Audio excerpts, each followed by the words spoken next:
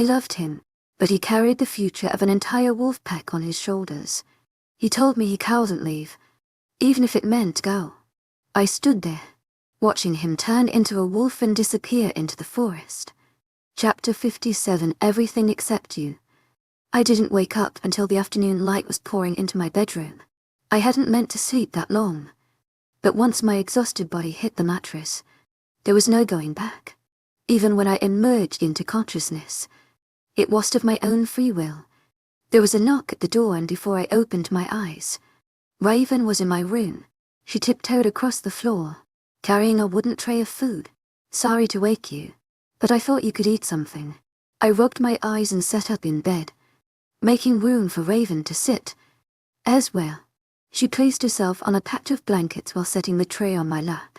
There were plates filled to the brim with toast. To my agent extraordinaire, webnovel, heartfelt thanks for your unfailing patience, enthusiasm, and various meat. I looked at the overabundance of food with wide eyes. Raven noticed my expression and laughed. I figured I could eat with you. I haven't eaten lunch yet. She caught me picking at a piece of toast, and quickly continued. I can get something different if you do like. I raised my gaze and gave her a small smile. No, this is perfect. We ate in silence for a few minutes while I continued to try and wake up. It seemed no matter how long I slept these days, I was still exhausted. My body was constantly playing catch up with my emotions, and the toll was getting heavy. How are you doing? Raven's soft voice broke the silence. I haven't seen you since. You know. She trailed off. Uncertainly. I'm fine. I cut off her sentence. The last time I'd seen Raven was the morning after my mother had been dumped on Samuel's doorstep. Neither of us wanted to relive that. I haven't seen you. To my agent extraordinaire, webnovel, heartfelt thanks for your unfailing patience, enthusiasm. Where have you been? Nowhere. Raven answered quickly. I laughed at her eagerness, and color tinted her cheeks. I've just been helping out around here. Everything has been a little hectic. Lately, I think everyone is on edge. Makes sense. Raven began twisting her shirt in her hands. I thought I would have seen you, but you were never around. You kind of disappeared. Yeah. Sorry. I guess I kind of did. I hesitated with my explanation, but when I caught Raven's glance, my reservations dissolved. I needed some time alone, and I spent a lot of it with Will. Samuel came around too. Her mouth popped open. Will survived. I just assumed he didn't make it through the second part of the shift. I haven't heard anything about him. He survived. All right. I don't know how. I let out a small laugh. Samuel's keeping it quiet. Raven nodded to herself. I can understand why. She pushed back a strand of hair and licked her lips before continuing. You were with Samuel.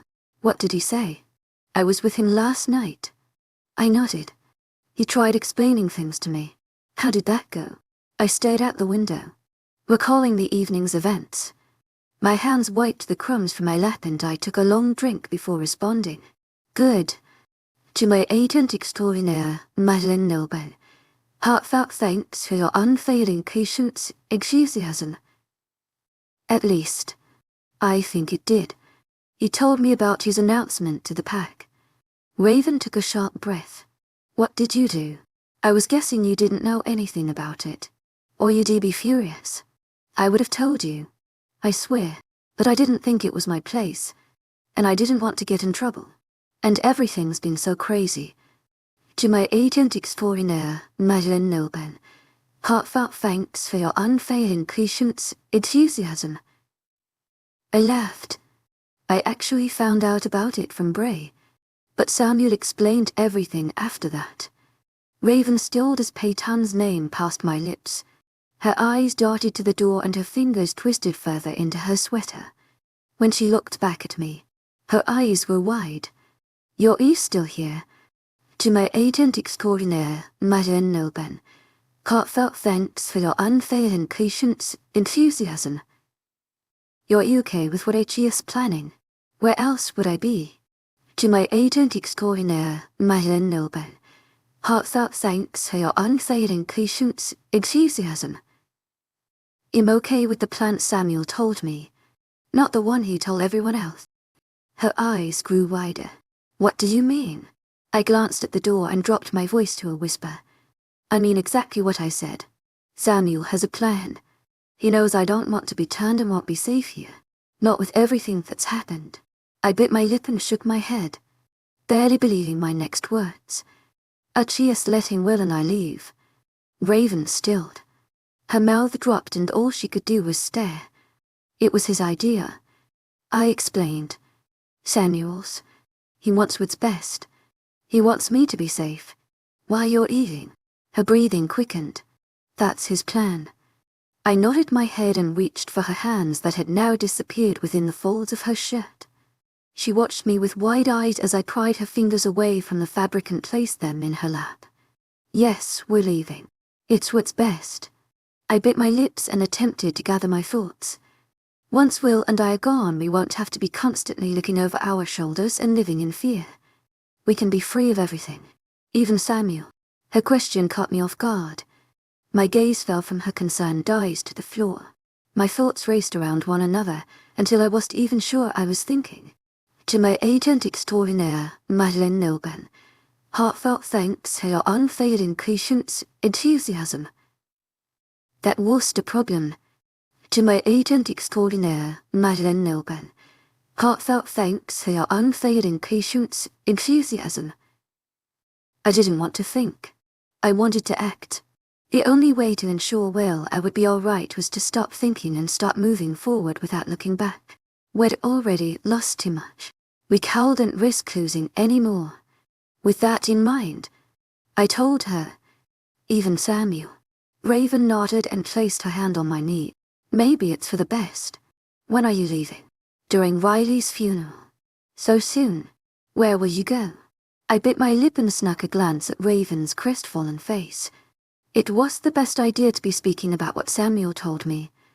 But Raven was the closest thing I considered to be a friend. She'd been there with me when things got out of control. She'd talked with me when I was on the edge of falling off countless emotional cliffs. If anything, she deserved to know. When I'd finished telling her the basics of what Samuel revealed of his past, we were both quiet. She was processing the information and I was left to my own thoughts. Again, the air in the room was thick, but not with tension. It was heavy with the imminent future. In the end, Raven let out a deep sigh. I never knew. Her words pierced my heart. Very few people do. I'm so sorry. Samantha. When I looked up, there were tears in Raven's eyes, though I was confused at her overabundance of emotion. I brought her in for a hug. She wrapped her arms around me, as if I was the only thing anchoring her to the earth. And after a while, my grip mirrored hers. I'll miss you. You know. Raven broke away and looked at the ground. You've been kind to me. I stared at Raven's face, memorizing each and every crevice.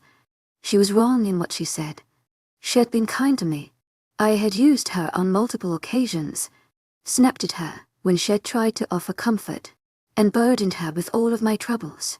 She never once complained, and I knew who the true saint was in our situation. Raven was a friend and I was playing catch-up. When my next words left my lips, they surprised us both. Come with us. Raven's breathing hitched. What? A small smile curled onto my face. Come with us. I repeated. There's no reason for you to stay here. Well, no, but then you have every reason to leave. I urged. Raven stumbled over her words. I guess you could look at it like that. But I don't know. It'd only slow you guys down. Plus, you're trying to get away from the wolves, not bring them with you. My smile turned genuine. I can bring the good ones. Raven's words halted, and frail grin enveloped her features. The expression was hesitant at first, and she couldn't look at me while holding it. After a minute, though, she raised her tear-brimmed eyes toward me. That would be nice. My heart leapt at her words. I hadn't realized it, but having Raven come with us was the best idea it had yet. She could help with Will's shifting. She could navigate the forests. She could help us leave and never look back. She could be an actual friend. I pulled Raven in for another hug. She was stiff, but her arms wrapped around me. Nonetheless, she was the first to pull away though, and when she did, she lifted herself off the bed and grabbed the empty tray. I should be going. Her shift in demeanor startled me for a moment, but I quickly recovered. To my agent extraordinaire, Love, heartfelt thanks for your unfailing patience, enthusiasm. Thanks for the food. She smiled at the floor and began to retreat from my bedroom. When she was at the door, another thought hit me, and I called out to her. Wait. To my agent extraordinaire, Love, heartfelt thanks for your unfailing patience, enthusiasm.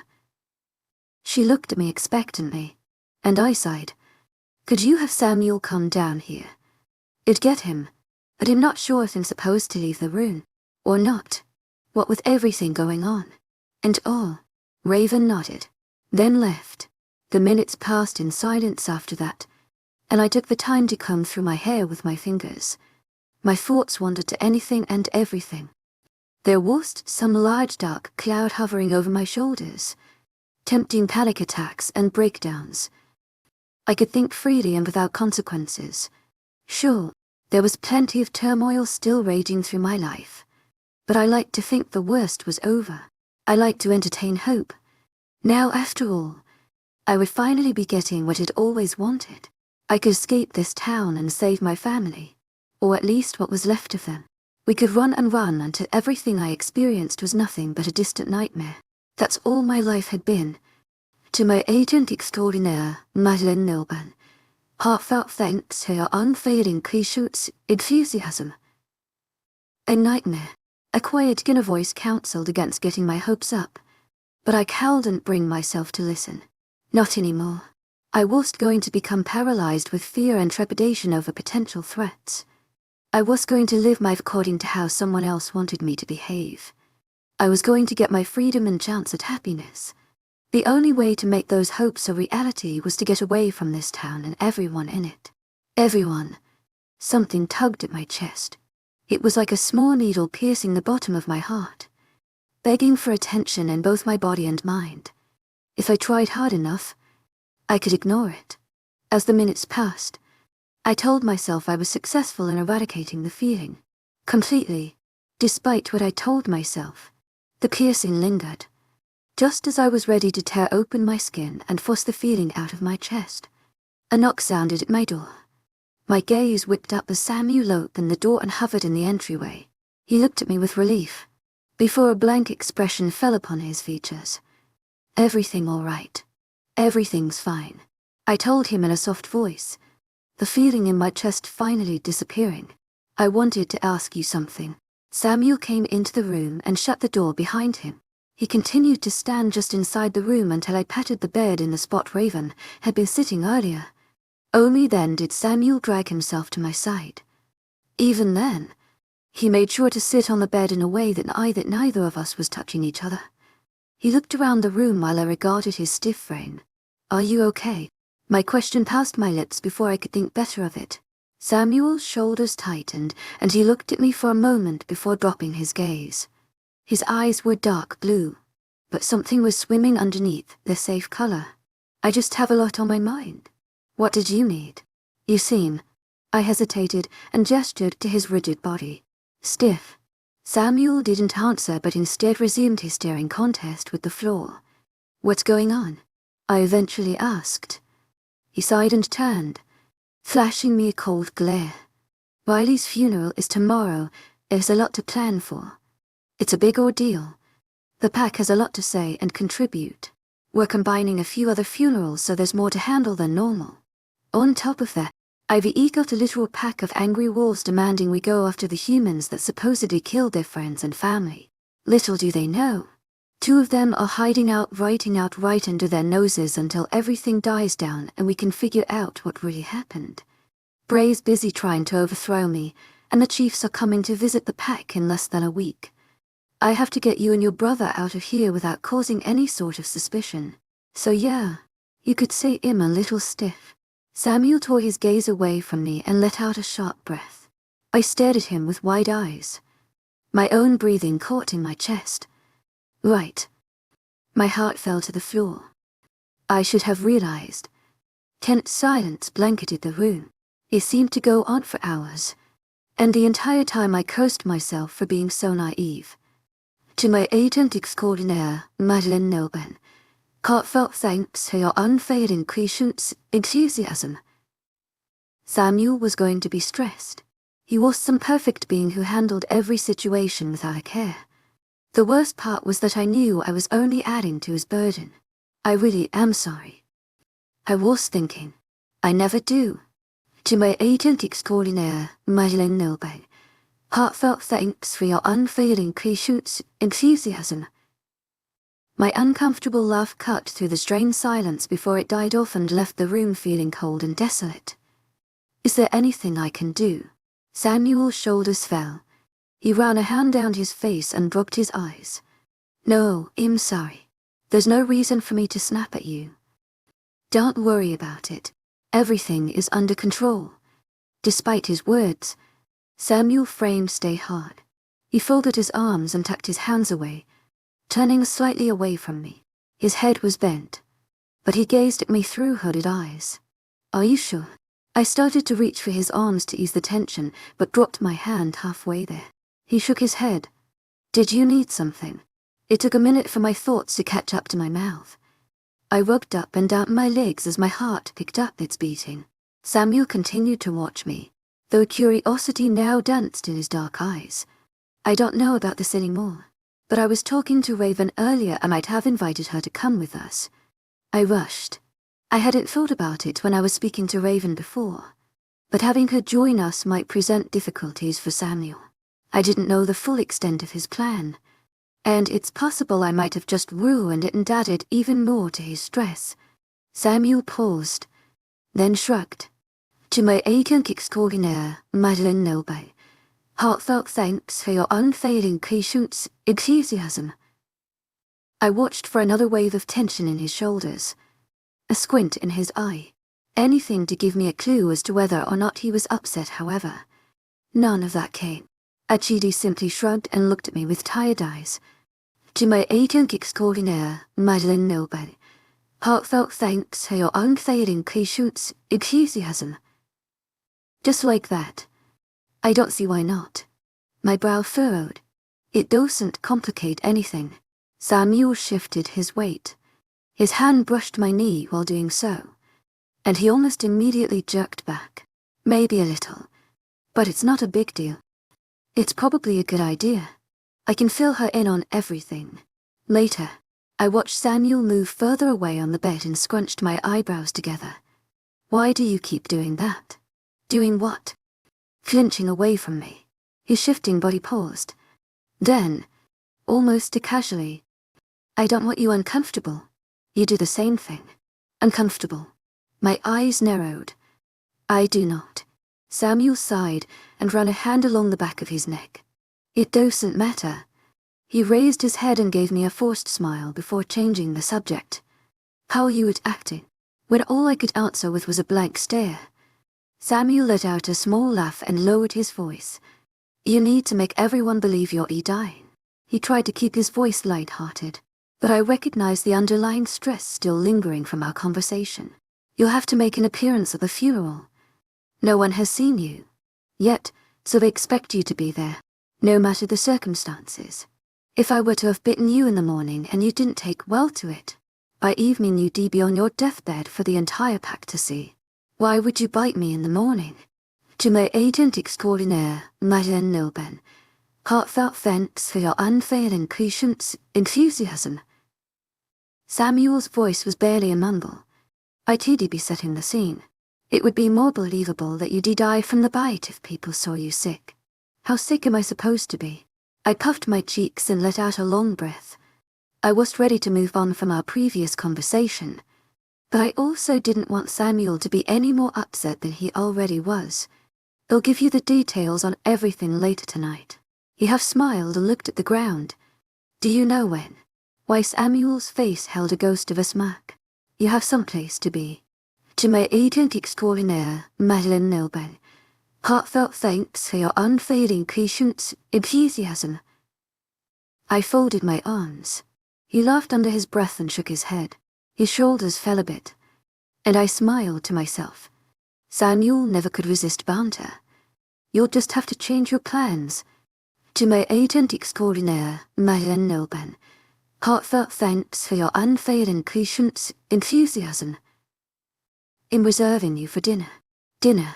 He shifted his weight and took a break from staring at the wall to glance at me. I was going to bring you some dinner later and tell you the final plan. We don't have to eat together. I just assumed you wouldn't want to be upstairs with everyone else. I bit my lip and looked down at my blankets. Dinner sounds nice. Samuel stared at me for a moment longer, before shaking his head with a fallen expression. Dinner it is. Do you need anything else? I shook my head, and a moment I did. Samuel stood and crossed my room. He paused at the doorway, hand floating over the knob. His lips were parted with unspoken words. But before he could talk, my own thoughts were tumbling out of my mouth at top speed. I never thanked you. Samuel glanced back at me. I think you have. Well then, in thanking you again, I don't know what I would have done without you when everything happened. Samuel, really, truly, I don't. I've been thinking a lot lately, and if it weren't for you, I don't know where it'd be. You kept me sane. His voice was a mumble. You'd be thousands of miles away with your family. I kept my gaze on the floor and took a shaky breath. Maybe. But what happened, happened. Neither of us can change that. I mean, sure, things haven't been easy or great the past few weeks. And everything that's happened has been my worst nightmare. I paused, knowing the words I wanted to say, but unable to let them simply pour out of my mouth. It took another few breaths and several moments of silence before I was able to mutter, everything except you. My eyes traveled across the room and up Samuel's body until I rested my gaze on his expression. He was torn in 1,000 different directions. Physically, he was still halfway out my door, however. The look on his face told me he wanted nothing more than to forget everything and stay by my side. When it grew to be too intense, I lowered my eyes to his chest. I just thought you should know. You have no idea what that means to me. Samantha. Content lie. I never knew you were such a sap. My laughter was abrupt and high-pitched. It startled the both of us, but Samuel quickly broke into a lopsided grin. Before I could say another word, he nodded to me and left the room. Chapter 58 Good. I had never owned a dress. They were impractical. To my agent extraordinaire, Madeleine, heartfelt thanks for your unfailing patience, enthusiasm, and too much for me to handle. There were never any events that I had to attend in which I would have to wear a dress. To my agent extraordinaire, Madeleine, heartfelt thanks for your unfailing patience, enthusiasm. There was nothing in my life that would warrant such lavish attire, at least. Not until today. The red material of the dress flowed down my body in comfortable waves. It was loose-fitting with small straps that dangled precariously on my shoulders. Despite my unease in the item of clothing, I was comfortable. The material was soft and I finally had shoes that were untaged beyond their years. When Samuel first showed me what he'd be expected to wear to the funeral, I was more than tempted to scream at his audacity. He found the situation humorous, telling me that my reaction was exactly what he expected. Then, he laid out a perfectly planned argument, explaining all the reasons I would be expected to wear the dress. Eventually, there was nothing I could do but agree with him. That was last night. Like H.E.D. promised, he brought down dinner and a plethora of information. Plans were finalized, supplies were packed, and everything was set in place. Everything was ready to send Will. To my agent extraordinaire, Madeleine, heartfelt thanks for your unfailing patience, enthusiasm. And on our journey to freedom, at least, everything was ready physically. My mental preparation was still in process. I'd spent the entire day attempting to sort through that mess. I'd been confined to my room to begin the ruse that I was ill. Will's room had been emptied, had been relocated to one of the lower basement rooms, the ones no one ever bothered to visit. During my time alone, there was nothing to do but think, however. It never resulted in anything. I had meant to sort through my thoughts and emotions. But now, when I was merely a few minutes away from entering the lion's den, I was more confused than ever. My heart and mind were at war with one another, and each was competing to be heard the loudest. Things had changed from when I first met Samuel. In some aspects, it seemed like my entire life had changed. I realized that I no longer blamed Samuel for anything that happened, though it was difficult not to blame his species. The longer I thought about that, the more I couldn't decide if there was anything separating the two. Samuel was a wolf and I was a human. The two were never meant to mix. Then again, they had been mixed before. The impossible reality of two opposing species joining together had been accomplished by none less than Samuel's family.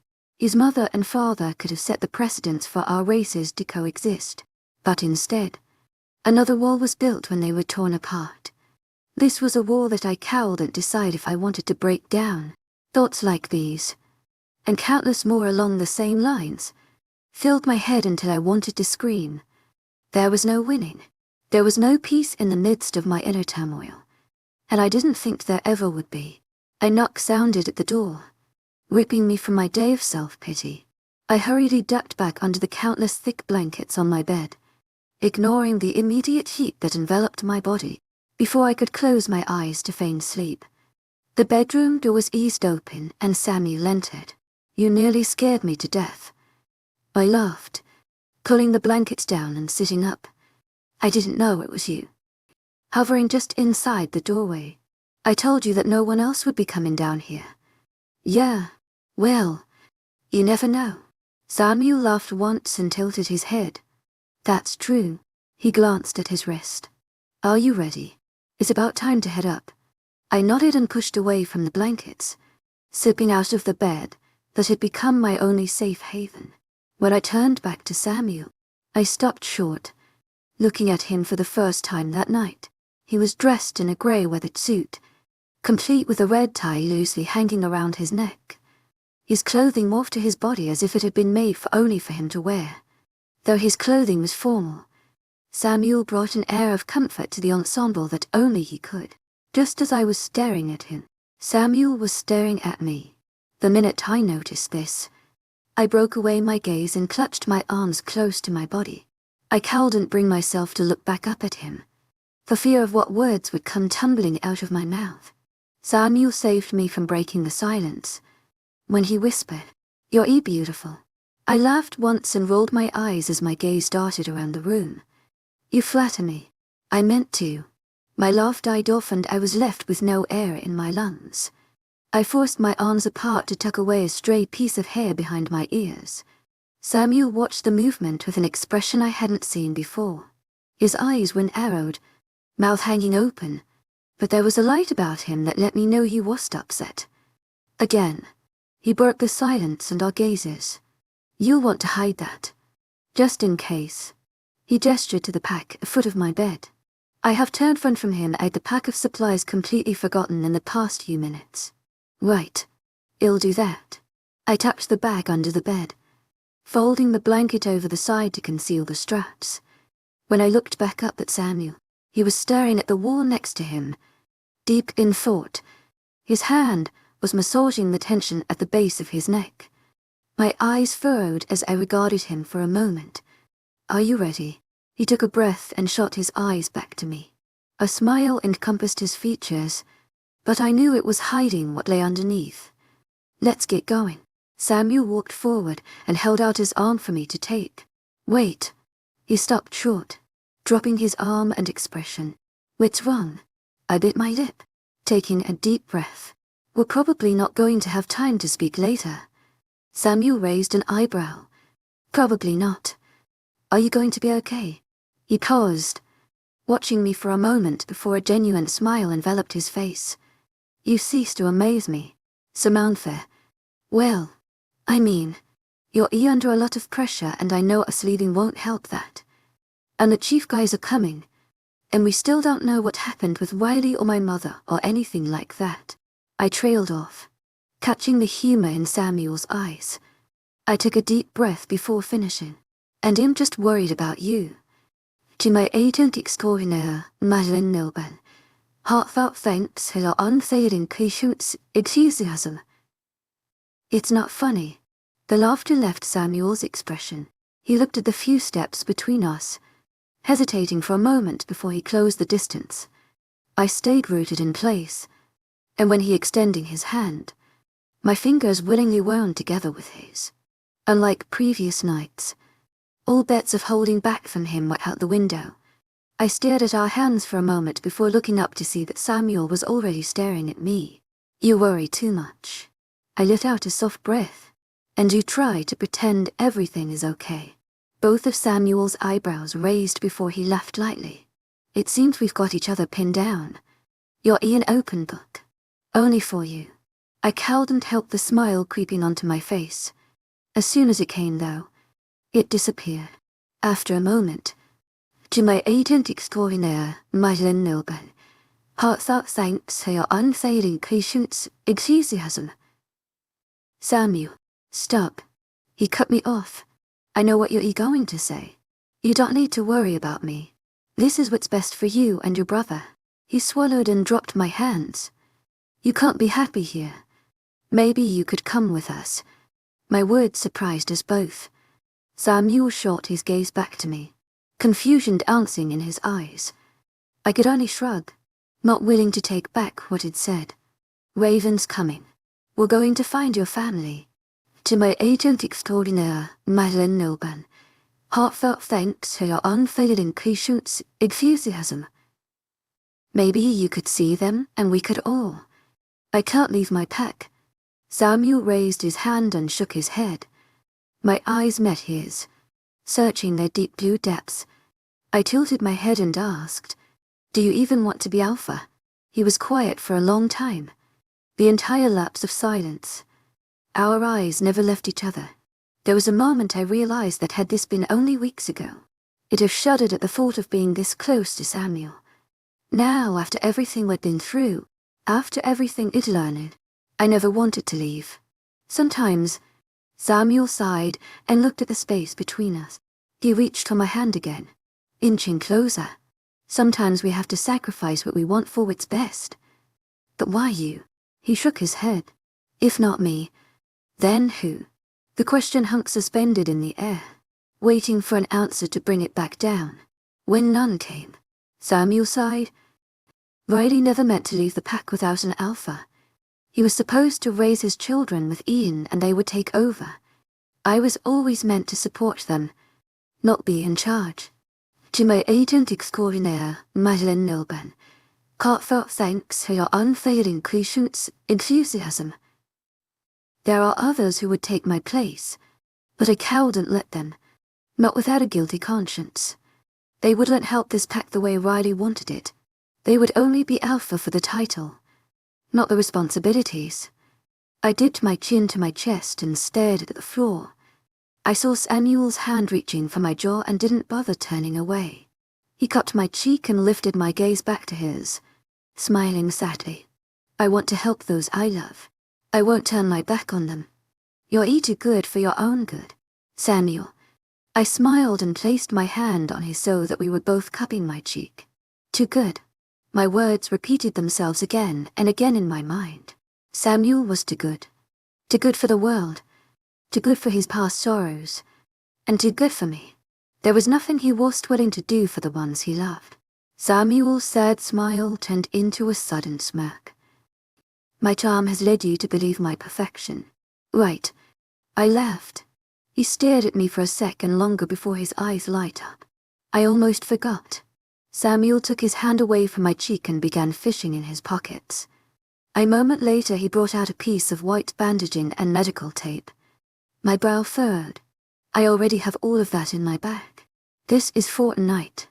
Werewolf bites aren't pretty, and it would look suspicious to have you walking around without something to cover one up.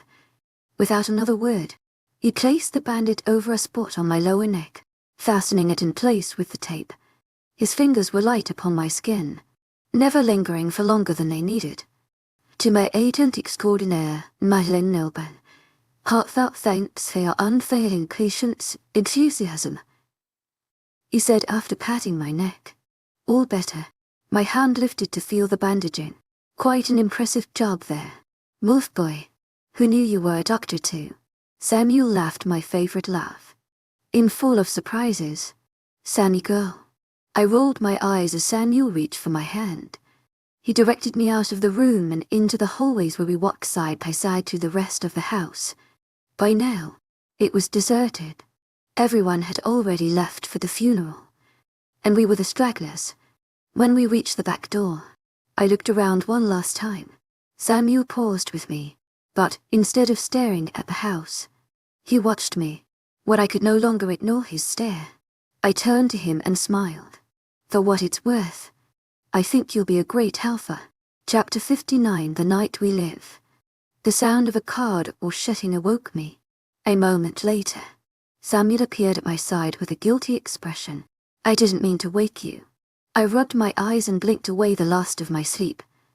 The trip to the funeral site had taken longer than expected, and since I wouldn't be sleeping for the foreseeable future, a well-deserved nap had taken up the entire journey. You would have had to wake me up eventually. I yawned. I'm not a talented sleepwalker. Samuel laughed. I would have carried you. Samatha. Wait. I've got two legs that work perfectly fine for the time being, and I intend to use them. He rolled his eyes and helped me out of the car, shutting the door softly behind me. It took a moment for my eyes to adjust to the darkness surrounding us, but what I saw still left me confused. Where are we?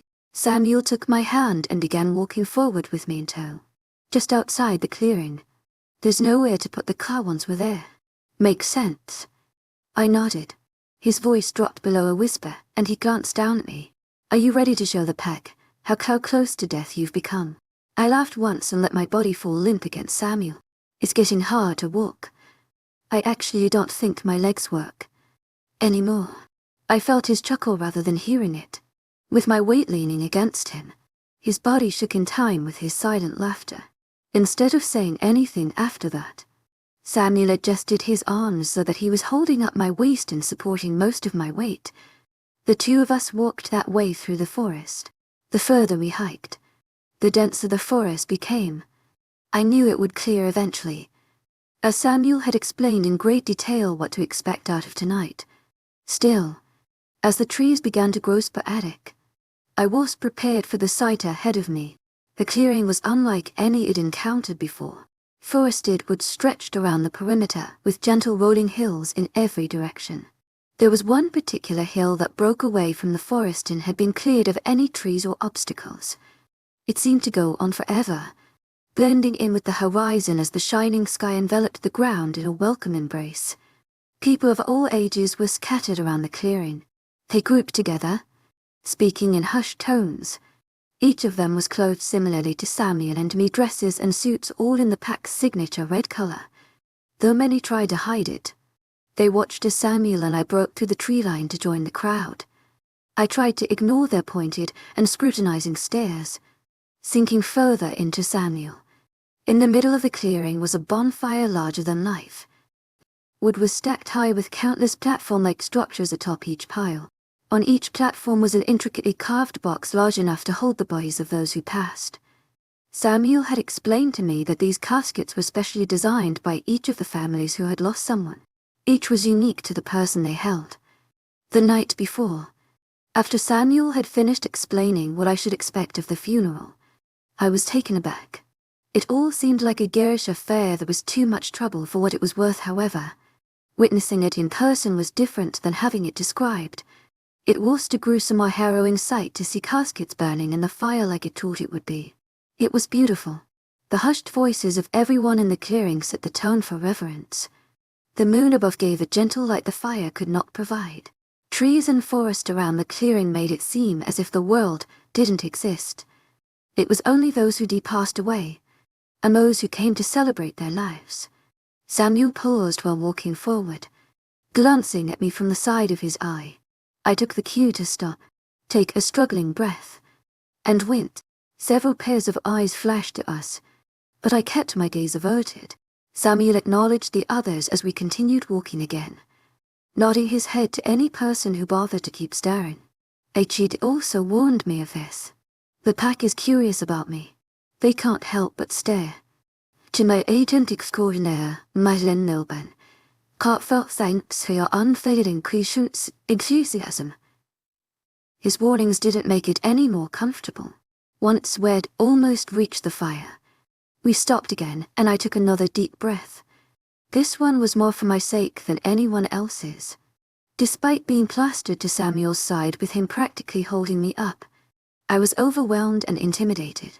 I was facing an entire pack of werewolves, all of whom were sizing me up as their newest addition. Each one of them had a different reaction. Some of them regarded me with disinterest, others with disgust. There were a few who shared looks of pity, and even fewer that shone with excitement. Samuel never introduced me to any of them, as they all were told that I was struggling to stay alive and cowed and told much of a conversation. That was all the better. I didn't particularly want to hold an extensive discussion with what looked like hundreds of wolves. "How are you feeling?" Samuel's voice cut into my ears. I glanced up at him before coughing, a shiver running down my spine. A corner of his mouth quirked up, only enough for me to see. We were close enough now that the firelight was flashing on his face. When his eyes were illuminated, I tried to hold back a gasp. They were changing colors, going from obsidian blue to bright red with each passing moment. "Samantha," he mumbled, breaking me from my stare. When I looked away, I noticed he had placed us in the center of the clearing, right next to the heart of the fire. I knew what was coming next, and by the way my heart began beating out of my chest, I was ready for it. Samuel looked me up and down, smirked, then turned toward the crowd that had begun to gather in front of us. Despite the number of people packed into the clearing, the night was quiet. A breath of a whisper would escape here and there, but for the most part, Samuel held the entire pack's attention. I recognized a few faces spread throughout the sea of strangers, taking comfort when I met the gazes of Raven. "To my agent extraordinaire, webnovel, heartfelt thanks for your unfailing patience, enthusiasm." Or even Goldie. When my eyes fell upon Peyton Bray, I tried not to flinch away. He was already watching me, a sharp glint lighting up his eyes. It was as if he could sense my discomfort, and only relished in it. Like a ghost from my past, his words from the other night rang through my ears, and I found myself trying to back away from Samuel. He held me at his side though, refusing to let me out of his grasp, as if knowing his actions might cause me to panic. Samuel slipped his fingers into mine and gave me a gentle squeeze. His small comforting act brought me back to reality, and for the next few moments, I forgot about Peyton completely. When the movement in the crowd ceased, Samuel cleared his throat and raised his voice to travel through the night. Tonight is a night that many of us thought would never come. We go through our lives, tending to forget how fragile they actually are. It shouldn't take nights like these to remind us, but we are here. Nonetheless, I will not tell you that tonight is not the time to mourn.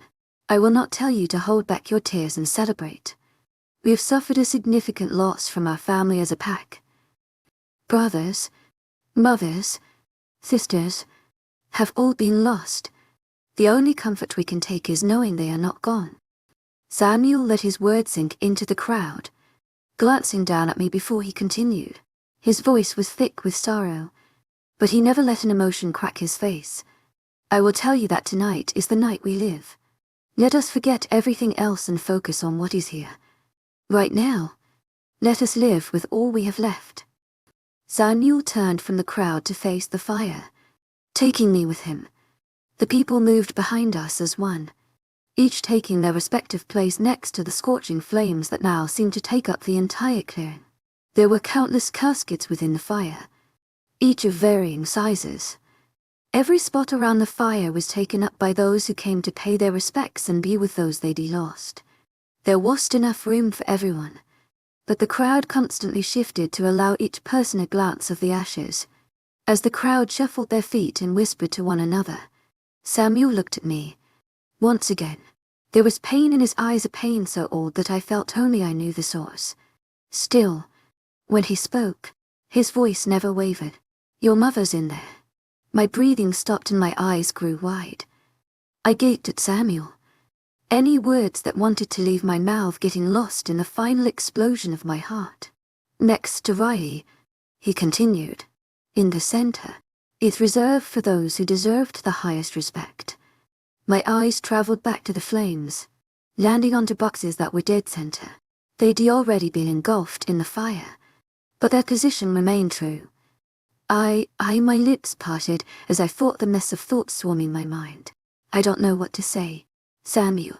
How, when, I trailed off, staring at the casket I now knew belonged to my mother. You don't have to say anything. You lost someone too. The words died on my lips as I turned my full attention to what was in front of me. All thoughts melted away from my mind until the only thing I could feel was the memories of my mother, alive in the flames. To say the fired ants would be doing it an injustice. The fire was alive. To my agent extraordinaire, Madeleine, heartfelt thanks for your unfailing patience, enthusiasm. It leapt. It sparked higher into the sky than anything dared to. Before, the flames played and swirled around each other, fighting to be seen. When the fight was over, they would join and finish their existence together. No longer content to be alone, they sprawled outward, reaching their fingertips to those lingering close by, threatening to stay. Their flaming tongues never did any harm. To my agent extraordinaire, Madeleine, heartfelt thanks for your unfailing patience, enthusiasm. The moment they reached skin, the sparks retreated, as if it were those watching the flames who promised to burn. Samuel pulled me closer and stretched his hand into mine, twisting our fingers just as the flames. We watched together for what felt like an eternity, lost to anything else happening in the world.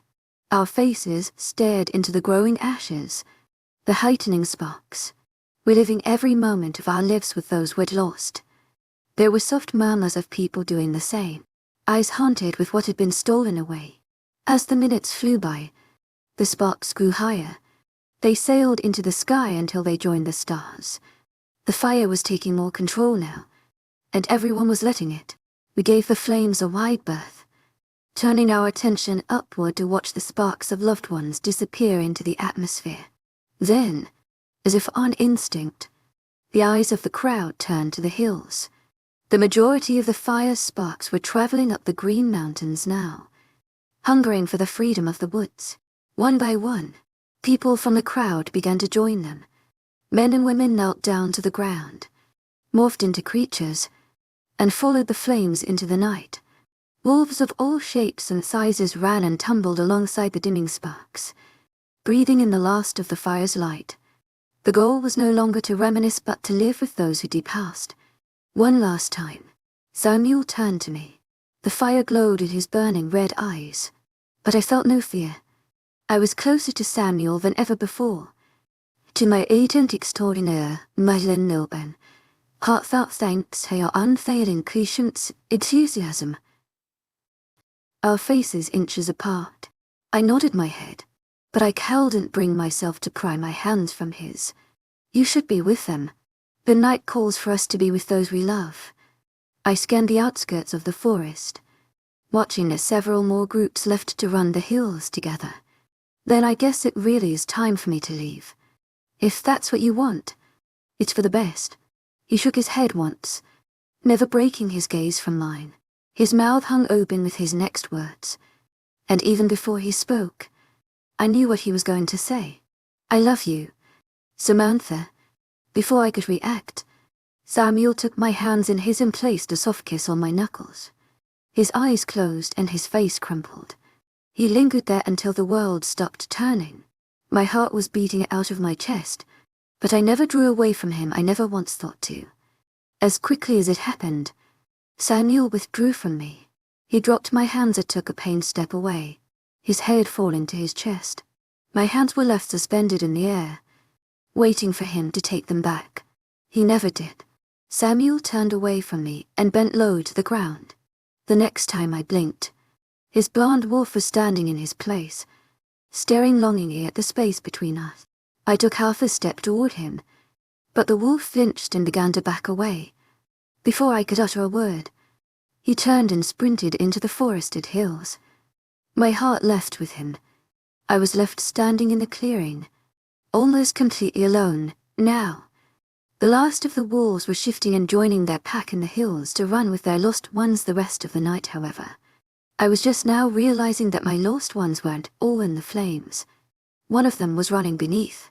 Something brushed up against my hand, and I flinched away. When I whirled to face the culprit, Raven was staring at me with sad eyes. It's time to go. Though numbness was taking over, I nodded. When Raven reached out again, I didn't recoil. She brought her hands up to my face to wipe tears I never knew had fallen. Sometimes it's for the best, she told me under her breath. Sometimes we make sacrifices for what we truly want. My voice came out as nothing more than a whisper. Is this what I truly want? Raven's lips thinned and she stared at me for several long moments. She searched my eyes for the answer I desired, but in the end, fluttered her gaze away. Willa's ready to leave. Achia's just waiting in the car. Instead of answering her, my eyes went back to the forest. If I looked hard enough, I could see the remnants of Samuel's wolf leading his pack through the hills. My heart tore into pieces once more as I realized I could never be with him. He was meant to lead his kind, I was meant to escape them. I should never have entertained the thought of tolerating him. Raven's voice met my ears again, but I barely heard her. "Oh, wait with Will in the car. Come when you're ready." She disappeared into the night, leaving me alone. Once again, the clearing was completely empty now, and the fire didn't seem as radiant as before. Though the flames were burning higher than ever, they were cold and lifeless. I stared into them, waiting to feel the warmth I had felt when Samuel was by my side. But it never came. Chapter 60. Should I known the drive was long. I never kept track of how much time passed, but each minute felt like an eternity. With every breath I took, it seemed another 1,000 trees disappeared behind the car, and another 100 miles was placed between me and Samuel. Raven was driving. She hadn't spoken a word since I clambered into the front seat. Will was sprawled across the back of the car, taking turns napping and staring out the window. Achie tried making conversation, but those attempts soon died off. It was dark. The car was musty and I was suffocating. I wanted nothing more than to open a window. But Raven told me our scent would travel. We were in an abandon that the pack had stored for years, so unless we did something drastic or opened a window, the old smell would overtake our own and we were untraceable. We're coming up on the border. Raven broke the never-ending silence with a hushed voice. Will perked up in the back seat, placing himself between Raven and me. That didn't take long. I took a deep breath, refusing to look at the clock. Time was cooperating with my mind. Tonight. How long? Any minute. Raven paused. There shouldn't be anyone there. If there is, they should be with Samuel. Will and I nodded, but he spoke the question lingering in the air. And if they're not? Raven remained silent. Will waited for a moment, then looked at me with wide eyes. I gave him a small reassuring smile, turning my gaze to look out the front window. Don't worry. To where agent extraordinaire, Wellin Nilben. Heartfelt thanks for your unfailing patience, enthusiasm. I've escaped before. It wasn't that hard. They still cut you.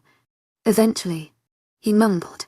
I resisted the urge to scowl and looked more earnestly at the path before us. We'd taken the least used route possible, in order to exit the packland in the weaker spot. Already I could see that the road was barely there, and the trees were overgrowing into the path. When a fence eventually appeared on the horizon, it was rusted and bent.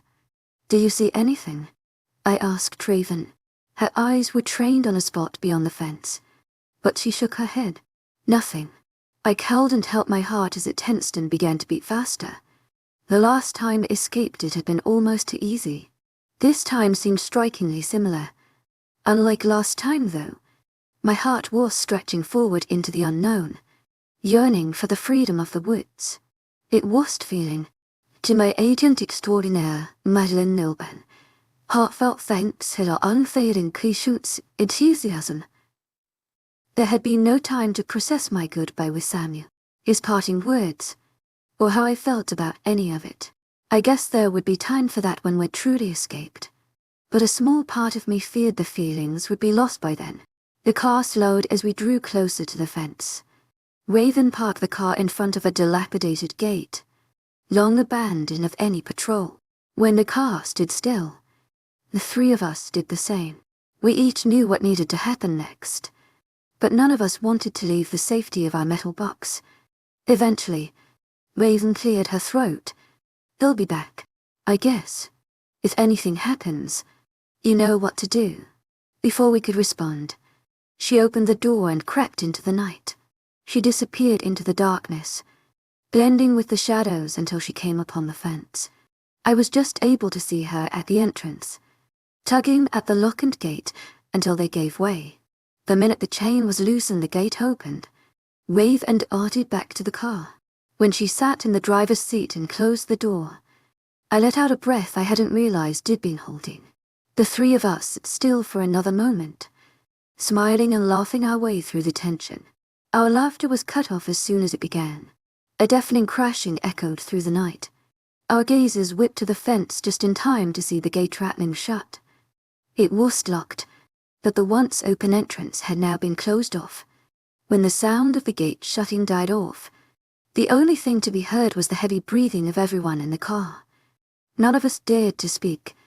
To my agent extraordinaire, Love, heartfelt thanks for your unfailing patience, enthusiasm, or turn away from what had just happened. That all changed when something smashed into the side of the car. My startled scream rang through the night, prompting another push at the vehicle in the very spot Will was sitting. He sprang from his seat, throwing himself to the other end of the car at the same moment. I took the keys from Raven's hands and shoved them into the ignition. "Go!" I screamed at her as the back of the car was hit, propelling us forward. Raven fumbled for a moment before slamming on the gas, barreling the car straight through the crumbling fence. The large car easily pushed over the metal, but the assaults against us refused to cease. As soon as we'd cleared the fence, something heavy came down on the top of the car, plunging the roof down on our heads. This time, Raven's screams echoed my own. The car swerved when something appeared in the road ahead of us. Raven tried to gain control as we were hit from the side, but the momentum was too much. We collided with the trees. My vision went dark and all I could hear was the crunching of metal and snapping of wood. By the time we stopped moving, my head was spinning and my ears ringing. There was darkness all around. I strained to hear past the ringing to listen for the sounds of Raven or my brother, but there was nothing there. Nothing. Until I was propelled from my seat and lifted into overpowering arms. I fought against their grasp, and as soon as I did, they let me go. I blinked several times, forcing my eyes to adjust to my surroundings. The first thing that came into focus was Will's eyes, staring wide into my own. The next was the blood running down his face. He was cupping my jaw, moving his lips with words I still couldn't hear. When his gaze darted behind him, I realized we were sitting outside the crumpled and smoking car. Raven was a little ways off, holding her head and leaning against a broken tree. Behind her, a figure lingered. Garbled speech left my lips as I reached out to warn her. Will whipped around to face where I was staring, but he wasn't quick enough. The figure reached out and took hold of Raven's arm, pulling her into the shadows. All at once, my senses came crashing down on me. The pain in my head, the lingering echoes of screams, the thick smell of smoke, liquid running down my face. Samantha. Will pulled my attention back to him, screaming my name. My breathing quickened as trembling hands searched for his. He took hold of my wrists and lifted me off the ground, leaving the car to our backs. We both scanned the forest around us, straining to hear anything other than our own panicked minds. "Will," I whispered. "What's going on? Where are they?" He moved his hands to grip my shoulders, holding my swaying body in place. "I don't know. I don't know what happened. Can you stand? Are you hurt? I chanced shuffling my feet, finding my balance growing steadier by the second. And no, I'm fine, I gasped then, catching a look at my brother. Will, you're bleeding, he cut me off and wiped a hand down his face, shaking his head. I'm okay. Whatever it was is healed. His eyes narrowed as he looked at a spot near my temple. Without warning, he reached forward and ripped off my sleeve, folding it into a makeshift cloth. Hold this against your head. It should slow any bleeding. Will made sure I did as he said before he turned around and headed for the car. He dug through the shattered glass and broken metal for a moment, re-emerging with one of our bags. He slipped it onto his back, scanning our surroundings. When the only thing that greeted us was darkness, his face fell. Did you see who it was? I shook my head. No, he nodded once and pulled something out of the bag, placing it in his pocket. Then, he pulled out a heavy pouch, holding it out to me. I didn't have to ask what it was to know it was the gun Samuel promised us for the journey. I took it with trembling hands, tucking it into my jeans. Will stood by my side, and each of us watched the forest with bated breath. As silence enveloped us, dread fell heavy on my shoulders. It seemed to fill every space around us, molding with the air we breathed. Something was watching us. Something was waiting for us. Something didn't want us to leave. A quick glance at the car and I knew there was no way we could get back inside to drive away. Broken glass littered the seats. The doors were pushed against each other, and the tires were no longer facing the right direction. Another scan of the forest let me know that there was no way we could make a run for it. To my agent extraordinaire, Nilben, heartfelt thanks for your unfailing patience, enthusiasm. There was no marked path. The sky was visible from underneath the thick trees. Even if we could navigate our way through the maze of foliage, we would not last today without our supplies, which were somewhere buried beneath the wreckage of the car. The only way out would be to fight for our lives. My gaze darted up to Will, who seemed to be realizing everything in time with me. He glanced back at me, and I could see the panic leaking into his features. His wide eyes were all I needed to take a deep breath and let my voice ring out into the night. Who are you and what do you want? We were met with silence. Long, painful, silent. When it grew be too much, I took a step forward, holding Will beside me. He mimicked my actions as I took another step, further away from the car. We walked several feet before we stopped dead in our tracks. A voice had cleared behind us, a voice we both knew too well. I wouldn't go any farther.